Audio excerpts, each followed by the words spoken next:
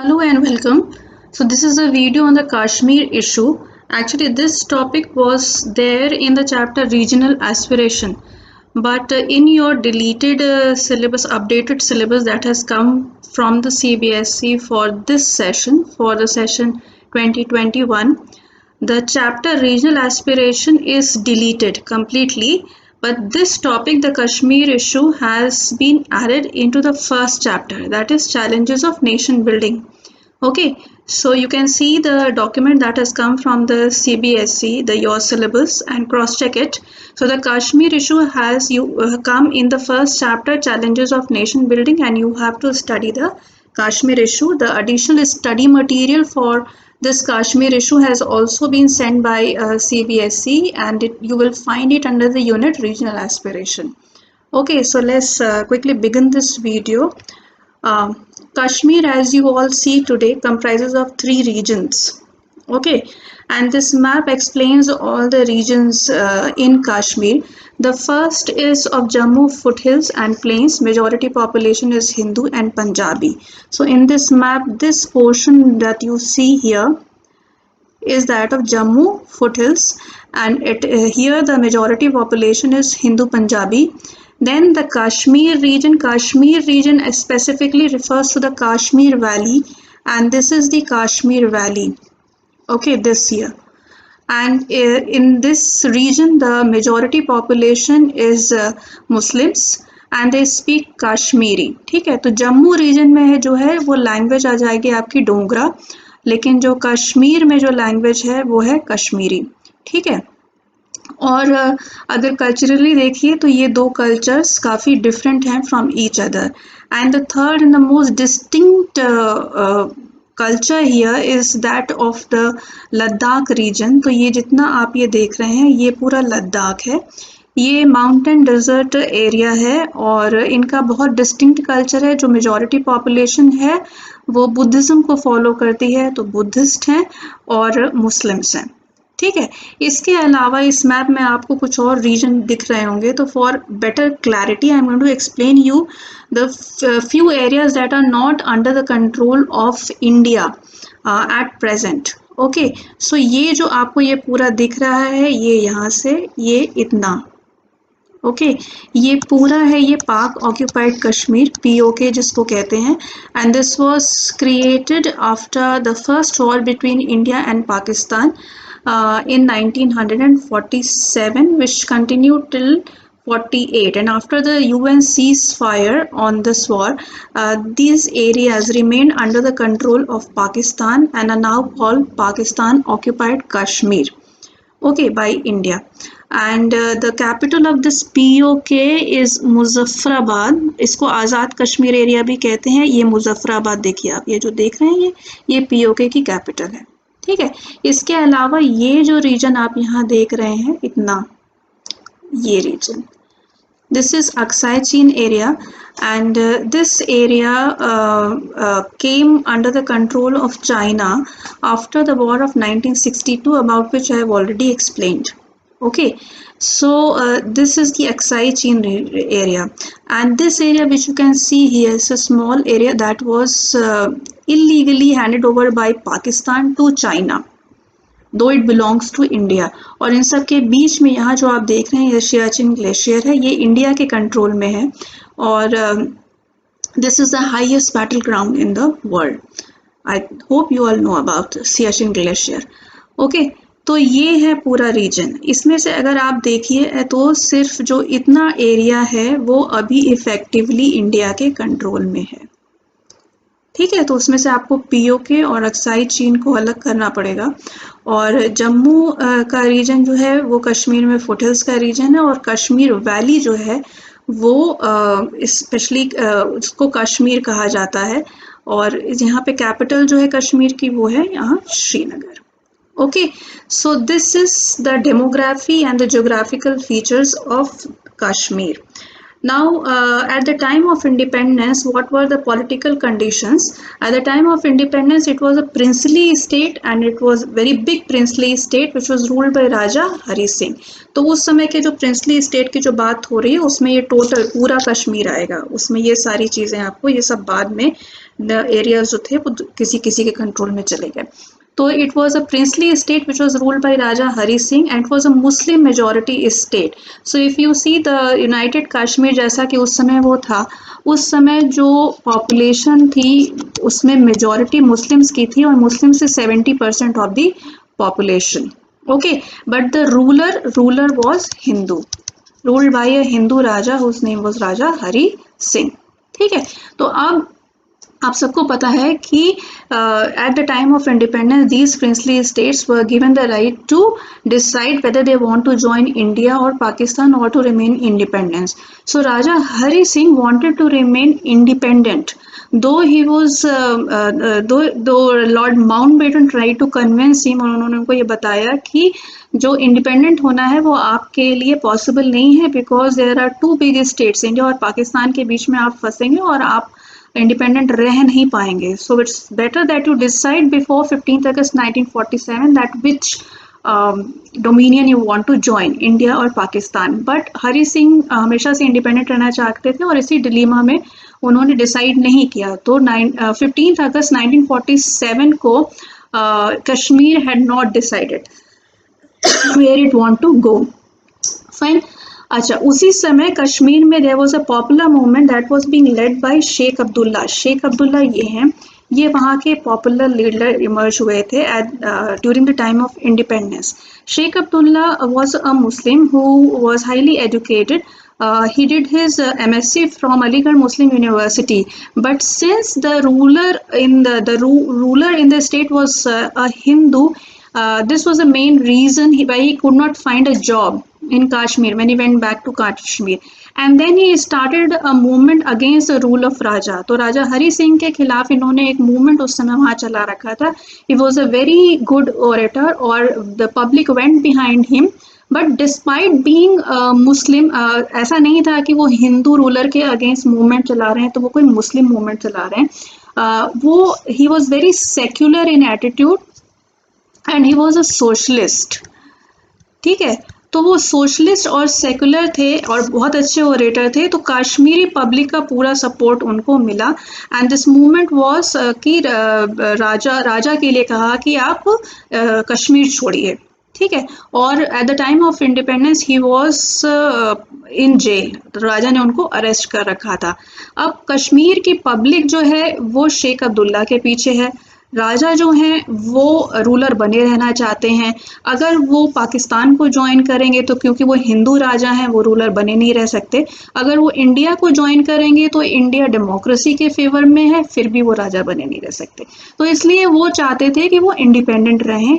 ठीक है, और इसी डिलीमा में अक्टूबर 1947 को Pakistan attacked Kashmir through the tribal forces. Pakistan always viewed Kashmir, Jinnah के लिए कश्मीर उनका सबसे बड़ा सपना था और वो हमेशा पाकिस्तान का वो पार्ट कश्मीर को बनाना चाहते थे.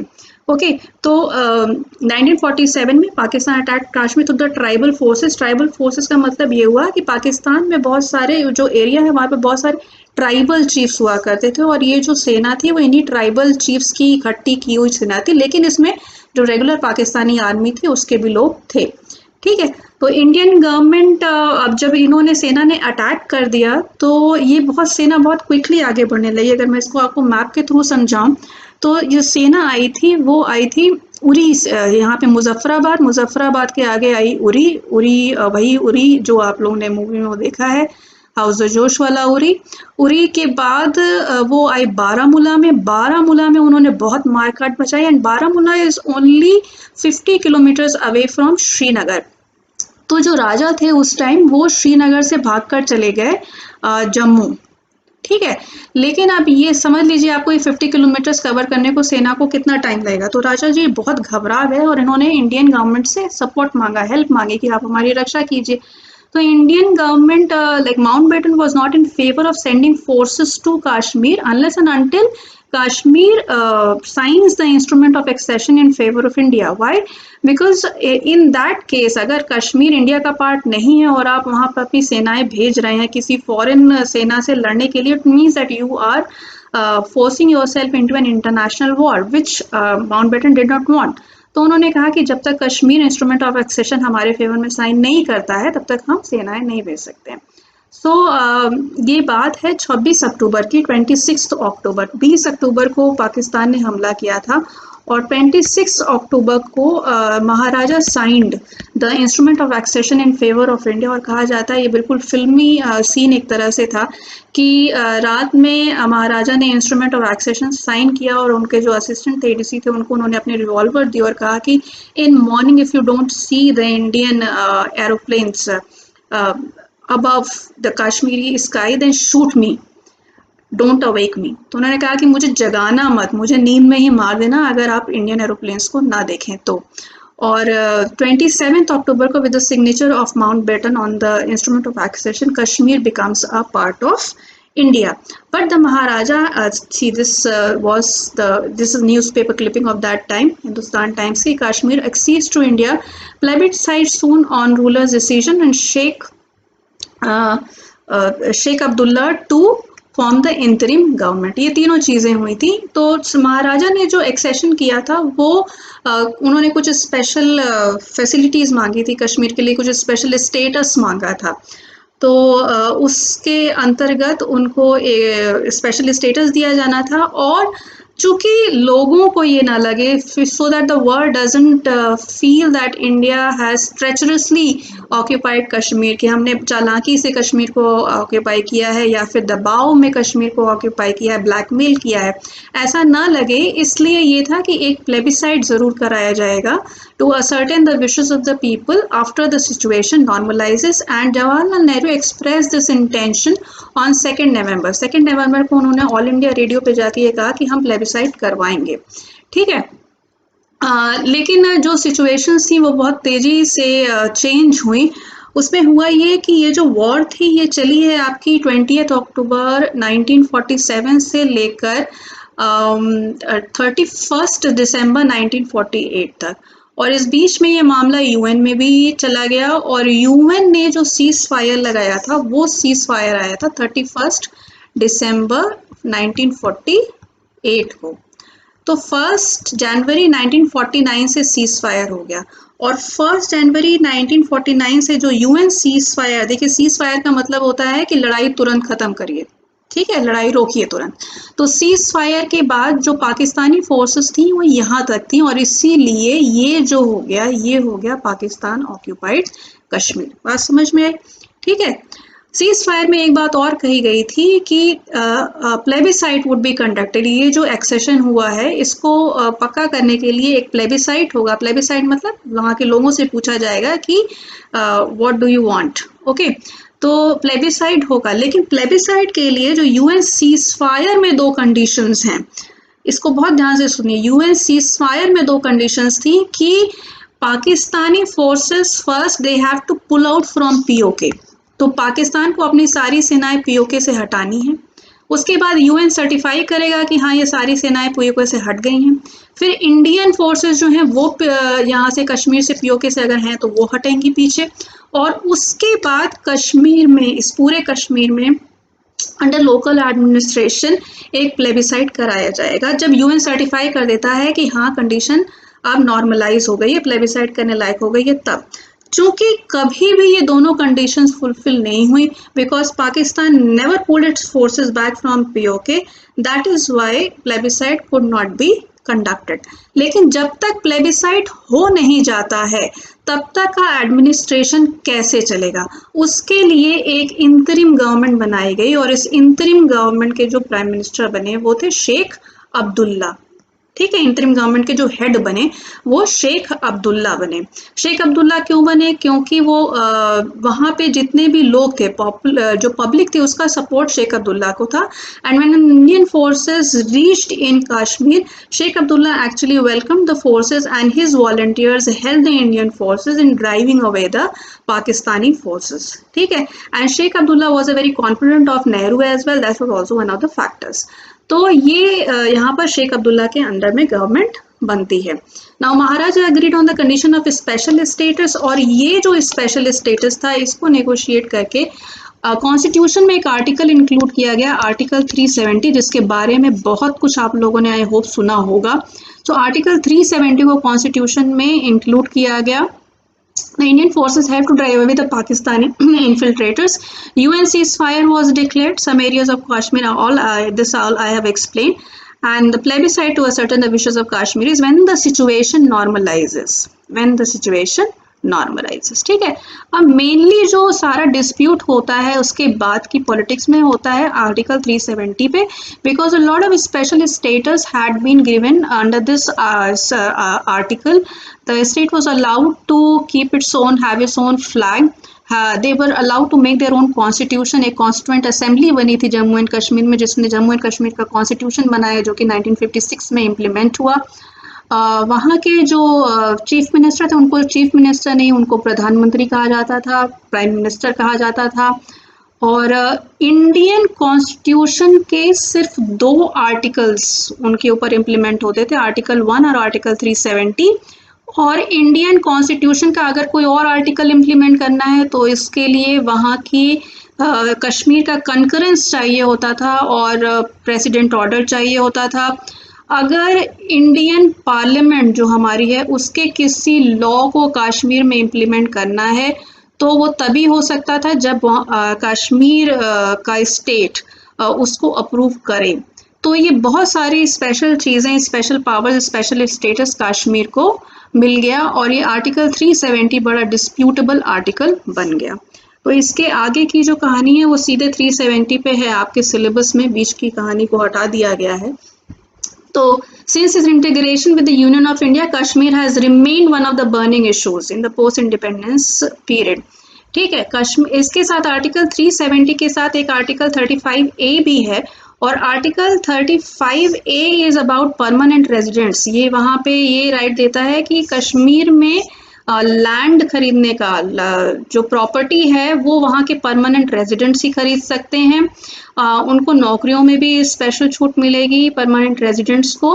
And if any woman, Kashmiri woman marries outside the state, then she will lose her permanent residentship.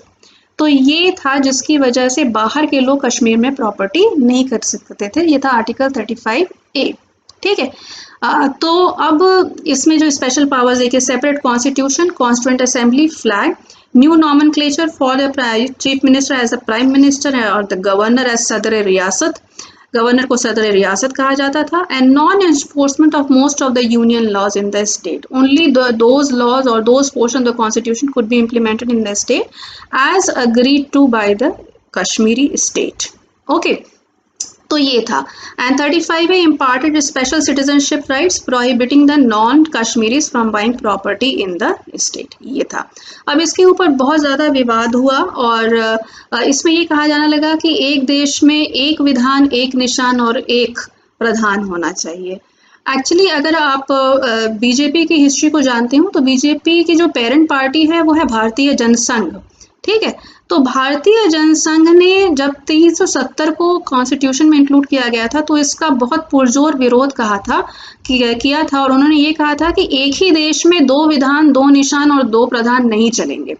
2 विधान का मतलब कॉन्स्टिट्यूशन, निशान का मतलब 2 फ्लैग और प्रधान का मतलब 2 प्राइम मिनिस्टर। तो एक ही देश में ऐसा 2-2 नहीं हो सकते। एक देश में एक ही विधान, एक निशान और एक प्रधान होना चाहिए। और इनके जो भारतीय जनसंघ के जो लीडर थे श्यामा प्रसाद मुखर्जी, उन्होंने इसके खिलाफ आंदोलन किया था और करते करते वो कश्मीर के अंदर घुस गए थे आंदोलन करने के लिए। वहाँ पर उनको अरेस्ट कर लिया गया था और जेल में ही उनकी डेथ हो जाती है।